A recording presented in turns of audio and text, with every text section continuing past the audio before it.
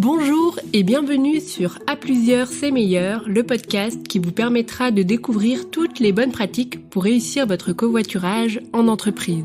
Il fait partie d'une série d'épisodes proposés par les partenaires suisses et français du dispositif de promotion du covoiturage dans l'arc jurassien. Bonne écoute!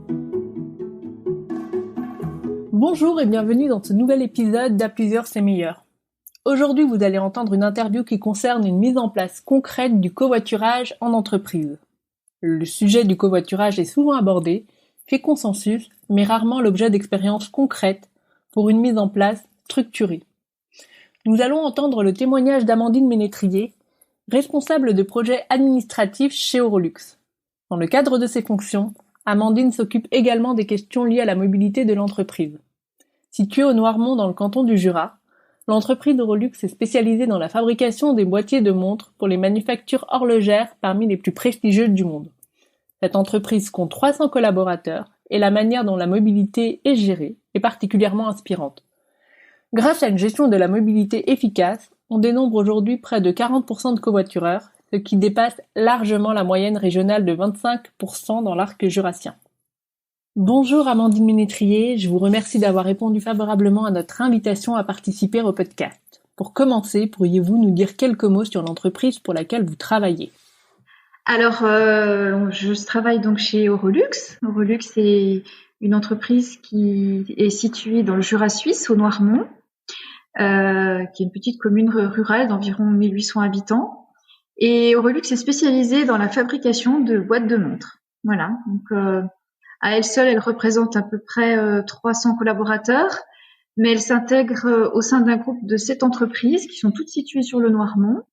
Et donc, toutes ces entreprises réunies ensemble, ça représente 680 collaborateurs.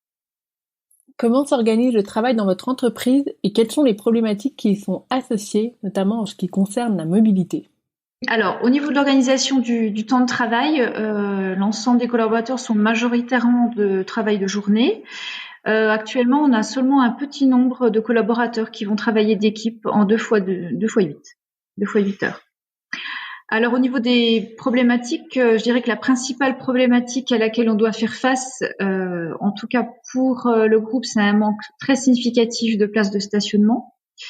Donc, ça nous oblige en fait à vraiment travailler sur la mobilité des collaborateurs. Et puis ensuite, en termes de mobilité à proprement parler, du fait de notre situation géographique, on a un manque cruel de transport en commun pour nos collaborateurs et tout particulièrement pour nos collaborateurs frontaliers. Effectivement, le manque de transport public a un impact sur l'organisation de la mobilité des collaboratrices et collaborateurs. En tant qu'employeur, comment gérez-vous ces défis en matière de mobilité ? Alors, en fait, on a tout à fait conscience qu'aujourd'hui, la mobilité, c'est quand même un point important sur lequel on doit tous travailler. On sait que c'est quand même le secteur où on est le plus émetteur de gaz à effet de serre, mais c'est aussi là qu'on va pouvoir faire le plus d'économie d'énergie. Donc, ça fait déjà quelques temps maintenant qu'on essaye vraiment de communiquer sur le sujet et puis de faire prendre conscience que on peut arriver à avoir une mobilité plus respectueuse du climat, mais aussi faire adopter à tout à chacun une mobilité plus durable. Donc du coup, c'est depuis surtout 2019 qu'on a travaillé sur la mobilité de nos collaborateurs et on a pris donc diverses mesures, notamment le point central, c'est un plan de mobilité. On a rédigé un plan de mobilité inter-entreprise, donc en partenariat avec les 7 entreprises de notre groupe. Et on a également intégré l'outil FairPark qui nous permet aujourd'hui de gérer efficacement la mobilité de nos collaborateurs et puis également nos places de stationnement. Pourriez-vous nous dire quelques mots sur votre plan de mobilité et les moyens de transport actuellement utilisés par vos salariés ?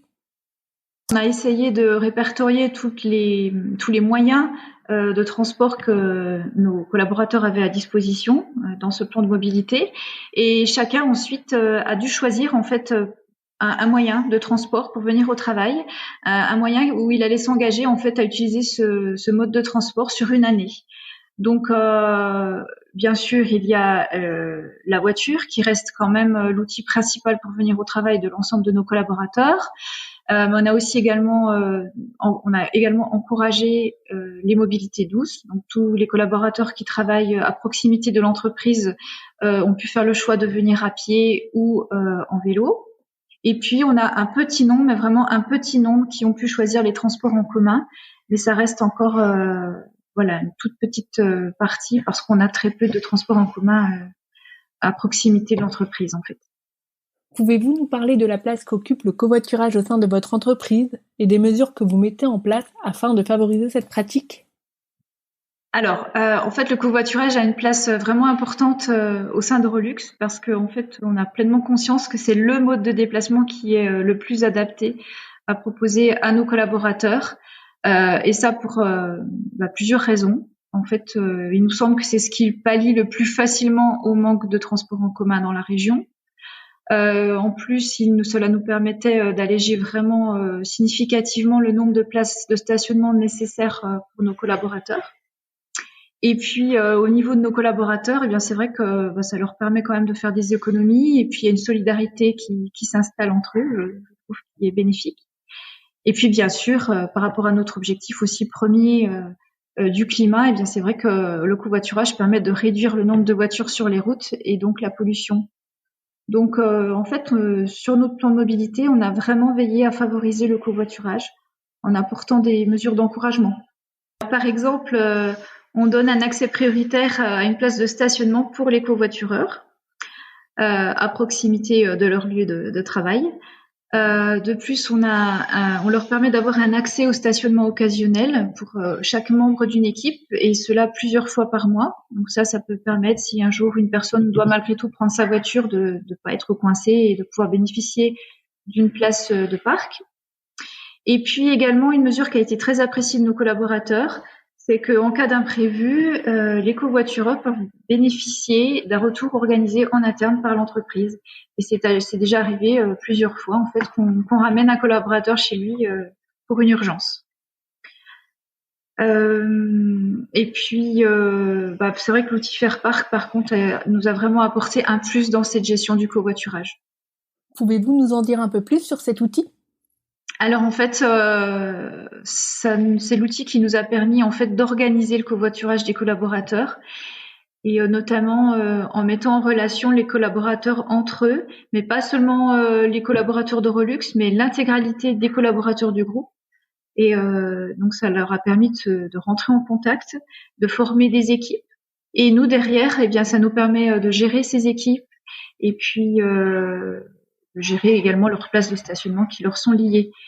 Et puis, ce qui est très apprécié aussi, c'est que chaque collaborateur a un tableau de bord sur Faire Parc, et ils peuvent consulter les économies qu'ils réalisent grâce au covoiturage, et également éventuellement les économies qu'ils peuvent encore réaliser dans l'avenir en covoiturant peut-être à plus en fait par voiture, ou en formant de nouvelles équipes. C'est effectivement motivant de pouvoir mesurer cette pratique au quotidien et de voir les économies réalisées. Comment ces mesures pour favoriser le covoiturage ont-elles été perçues par vos collaborateurs, et est-ce qu'ils ont joué le jeu ? Alors, je dirais qu'il y avait déjà quand même de bonnes habitudes de covoiturage à la base. Mais c'est vrai que le fait de communiquer et de sensibiliser les gens sur cette pratique, ça a permis à certains qui hésitaient de se lancer dans le covoiturage et bien de le faire. Et aujourd'hui, en tout cas, on a vraiment des retours positifs. Et de la mobilité gérée par notre plan de mobilité, par l'outil Faire Parc, les nouvelles équipes qui se sont créées. On a vraiment des retours positifs. Et ce qui ressort souvent, c'est le fait que c'est pratique, c'est économique, et puis que ça a gagné en convivialité. Cela fait quelques années maintenant qu'Eurolux participe activement au dispositif de promotion du covoiturage de l'arc jurassien. Est-ce que vous pourriez partager avec les entreprises qui nous écoutent dans quelle mesure ce programme vous aide pour promouvoir le covoiturage ? Alors en fait, ce programme de covoiturage de l'arc jurassien, c'est vraiment un support précieux pour nous, notamment pour dynamiser notre communication autour du covoiturage. Et tout particulièrement lors du fameux challenge covoiturage interentreprise qui est organisé chaque année au mois de novembre. C'est un événement qui est vraiment fort apprécié pour nos collaborateurs, et on a été très fiers de pouvoir le remporter en 2019. Et puis c'est vrai que du coup voilà, nos collaborateurs y participent avec vraiment beaucoup de plaisir. Et puis c'est aussi grâce à ce programme que nous avons pu prendre connaissance de l'outil Fairpark. Et ça, on ne se verrait pas gérer notre mobilité aujourd'hui sans cet outil. Et puis ça nous a également permis de bénéficier d'un accompagnement personnalisé par Mobilidé, et ils nous ont beaucoup épaulés, notamment au moment de l'élaboration de notre plan de mobilité. Donc c'est vraiment un programme qui est précieux pour nous pour gérer notre mobilité. Merci beaucoup pour ce retour très positif et motivant. C'est vraiment dans cette optique que ce programme a été conçu et nous sommes ravis qu'il vous serve. J'avais également une autre question qui concerne l'actualité et la crise sanitaire. Comment conciliez-vous la promotion du covoiturage dans ce contexte ? Est-ce que cela a impacté vos collaborateurs ? Alors, il est vrai que la crise sanitaire actuelle nous a un petit peu ralenti dans notre progression, notamment au niveau de notre communication sur le covoiturage, notre incitation à covoiturer. Mais en tout cas, les équipes qui avaient l'habitude de le faire n'ont pas eu peur de continuer malgré la crise sanitaire. Alors bien sûr, en adoptant bien tous les gestes barrières nécessaires et les mesures qu'il convenait de prendre pour se protéger. Mais par contre, c'est vrai qu'on n'a pas réussi à augmenter notre pourcentage de covoitureurs durant cette période. On espère qu'on va pouvoir promouvoir à nouveau ce moyen de déplacement quand cette crise sera enfin derrière nous. Et à ce sujet, quelle est la part des collaborateurs qui covoiturent dans votre entreprise et la marge de progression ? Alors, en fait, les covoitureurs représentent un peu plus de 30% de l'ensemble des collaborateurs du groupe. Et si on parle que d'Eurolux, on approche presque les 40% de nos collaborateurs qui covoiturent. Mais on sait qu'on a encore une marge de progression parce que voilà, grâce à l'outil Fairpark, on sait qu'on a encore un gros potentiel. Donc voilà, on peut toujours s'améliorer. Waouh, les chiffres sont effectivement impressionnants. Ils sont 10 fois supérieurs à la moyenne nationale franco-suisse qui est de 4%. Bravo. On arrive bientôt à la fin de ce podcast. Voudriez-vous rajouter quelque chose pour conclure ? Disons que je peux peut-être juste compléter en disant que, alors certes, on a une belle progression devant nous, mais que c'est vraiment un travail de longue haleine qui demande un vrai accompagnement des collaborateurs avec beaucoup de communication, une communication positive. Il faut les accompagner en fait sur le terrain, il faut les aider à créer leur équipe, il faut les former et puis aussi les sensibiliser aux enjeux environnementaux. C'est vrai que si on ne s'investit pas à fond, on n'aura pas forcément un tel résultat. Merci Amandine pour votre partage et l'engagement de votre entreprise. Merci à vous. Un grand merci à Amandine Ménétrier pour avoir pris le temps de répondre à ces questions et pour avoir si clairement mis en évidence les bonnes pratiques pour réussir son covoiturage en entreprise. Nous espérons que cet épisode aura permis aux entreprises qui nous écoutent de se lancer dans l'aventure du covoiturage.